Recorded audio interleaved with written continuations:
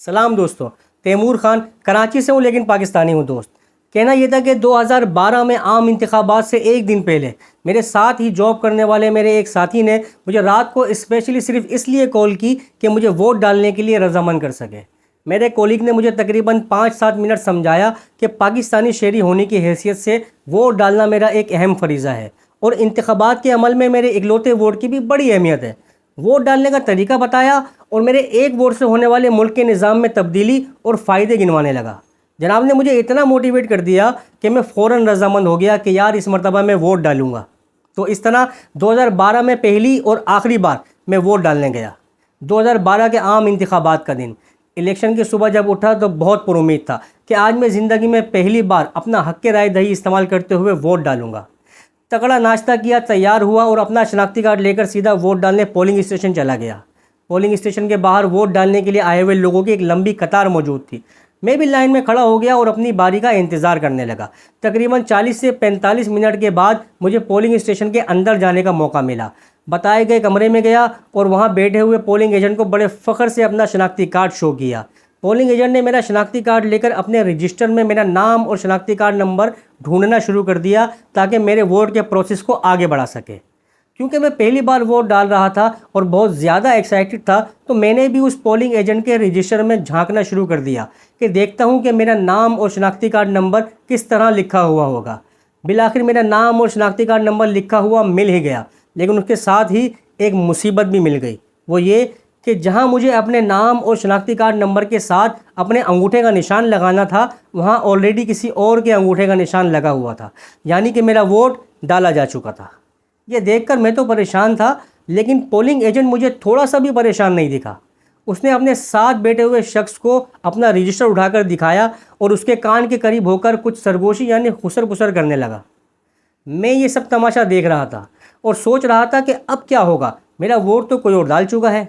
इतने में polling agent के बराबर में बैठा हुआ शख्स, जो कि मुझे नहीं पता कि कौन था, उसने मुस्कुराते हुए पोलिंग एजेंट को कहा कि टेंशन ना ले यार, इसका वोट किसी और ने डाला है, तो किसी और का वोट इससे डलवा दे। मोहे मोहे मैंने हैरत की नज़रों से उस शख्स को देखा। उसने गज़बनाक नज़रों से मुझको देखा और मैंने अपनी नज़रों को झुका लिया। समझ नहीं आ रहा था कि मैं आखिर करूं तो क्या करूं। पोलिंग एजेंट ने बिल्कुल ऐसा ही किया।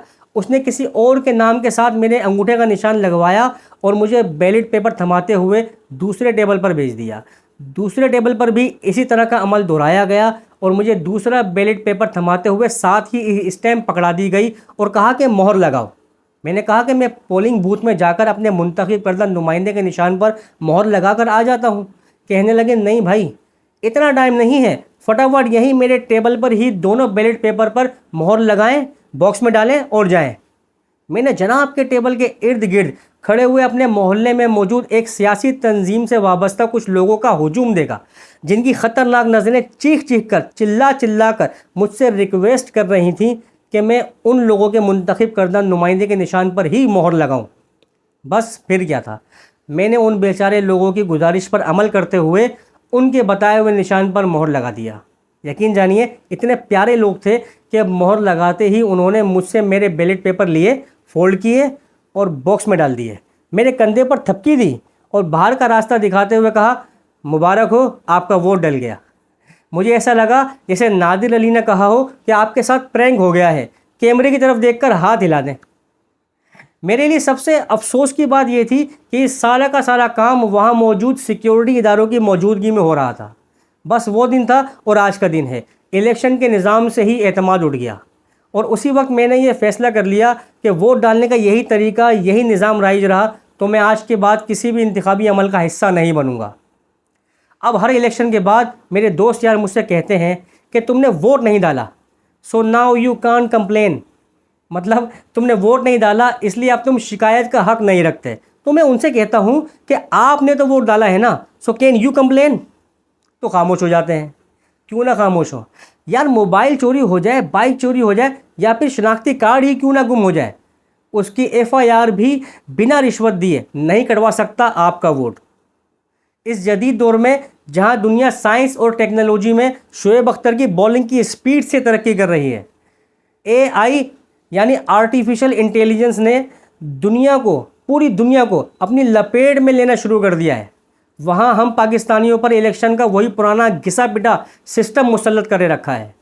صرف ایک کام ہے الیکشن کمیشن پاکستان کا کہ ملک میں 5 سال میں ایک مرتبہ صاف و شفاف الیکشن کروا دے بس۔ مگر مجال ہے کہ الیکشن کمیشن اپنی کریڈیبلٹی کو، اپنی ساکھ کو متنازع بنائے بغیر یہ ایک کام بھی سر انجام دے سکے۔ امریکہ، آسٹریلیا، بھارت سمیت دنیا کے کئی ترقی یافتہ ممالک EVM یعنی الیکٹرانک ووٹنگ مشین کے ذریعے کامیابی سے اپنی قوم کو ووٹ کاسٹ کرنے کی سہولت مہیا کر رہے ہیں۔ اس مشین کا سب سے بڑا فائدہ یہ ہے کہ جیسے ہی ووٹنگ کا ٹائم ختم ہوتا ہے، یہ مشین 5 منٹ کے اندر الیکشن کا رزلٹ پیپر پر پرنٹ کی صورت میں مہیا کر دیتی ہے۔ الیکٹرانک ووٹنگ مشین کی جدید خصوصیات کی وجہ سے رزلٹ میں تاخیر نہیں ہوتی اور اس وجہ سے الیکشن کے نتائج میں ہیرا پھیری کر پانا تقریباً ناممکن ہو جاتا ہے۔ اور شاید اسی وجہ سے پاکستان میں انتخابات کو ہمیشہ ہی متنازع رہنے دیتے ہوئے اقتدار میں آنے کی خواہش رکھنے والے طاقتور لوگ پیسے کے زور پر الیکٹرانک ووٹنگ مشین کو انتخابی عمل کا حصہ بنانے میں کسی صورت تیار نہیں ہیں۔ بائیو میٹرک سمجھتے ہیں؟ پاکستان میں عام طور پر فنگر پرنٹس کی خصوصیات کو ٹیکنالوجی کا استعمال کرتے ہوئے کسی شخص کی شناخت یا تصدیق کرنے کے عمل کو بائیو میٹرک کہا جاتا ہے۔ تو پاکستان میں اگر شناختی کارڈ بنوانا ہے تو بائیو میٹرک کروانا لازمی ہے، یعنی نادرا یعنی شناختی کارڈ بنانے والا ادارہ اسی ٹیکنالوجی پر بھروسہ کرتے ہوئے آپ کی انگلیوں کے نشانوں کو آپ کی شناخت سے منسلک کرتا ہے۔ ڈرائیونگ لائسنس بنوانا ہو تب بھی بائیو میٹرک کروانا لازمی ہے، یعنی اسی ٹیکنالوجی پر بھروسہ کیا جاتا ہے۔ خدا نخواستہ کسی کیس کے سلسلے میں عدالت جانا ہو تو وہاں بھی بائیو میٹرک ڈیوائس پر بھروسہ کر کے آپ کی شناخت کو قبول کیا جاتا ہے۔ یہاں تک کہ ایک موبائل کی سم جس کی اب کوئی قیمت نہیں رہ گئی، مفت مل رہی ہوتی ہیں، وہ بھی بائیو میٹرک ڈیوائس پر بھروسہ کرتے ہوئے آپ کی شناخت کی تصدیق کر کے آپ کو دی جاتی ہے۔ بینک میں، پراپرٹی کے معاملات میں، ٹیکس جمع کرنے والے اداروں میں اور کئی گورنمنٹ اور پرائیویٹ اداروں میں بائیو میٹرک ڈیوائس کا استعمال کامیابی سے ہو رہا ہے۔ لیکن مضحکہ خیز بات یہ ہے کہ الیکشن کمیشن اور دھاندلی کی خواہش رکھنے والے طاقتور سیاستدان عام انتخابات جیسے اہم عمل کو صاف و شفاف بنانے کے لیے جدید الیکٹرانک ووٹنگ مشین پر، بائیو میٹرک ووٹنگ سسٹم پر اور جدید دور کی ٹیکنالوجی پر بھروسہ کرنے کو ہرگز تیار نہیں ہے۔ 8 فروری 2024 کو پاکستان کی 76 سالہ تاریخ کے سب سے بڑے اور سب سے مہنگے جنرل الیکشن ہوئے۔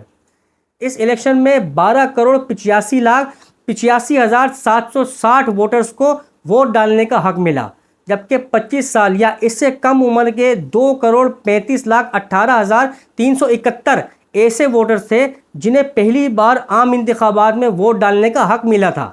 مگر کیا آپ جانتے ہیں کہ ووٹنگ ٹرن آؤٹ کتنا رہا؟ یعنی کتنے فیصد لوگوں نے ووٹ ڈالا؟ صرف 48% لوگوں نے۔ جی ہاں، یعنی لگ بھگ 13 کروڑ رجسٹرڈ ووٹر میں سے صرف 6 کروڑ 17 لاکھ کے آس پاس لوگوں نے ووٹ ڈالا۔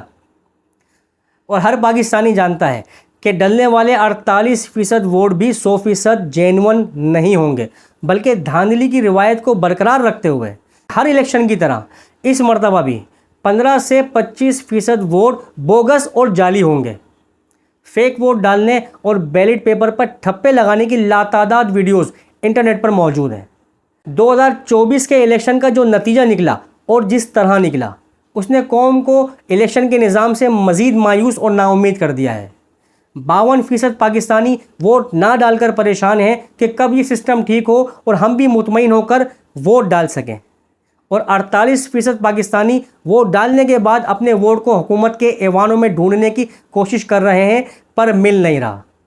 باتیں بہت ہیں، وقت کم ہے، صحت و زندگی نے اجازت دی تو پھر بات کریں گے۔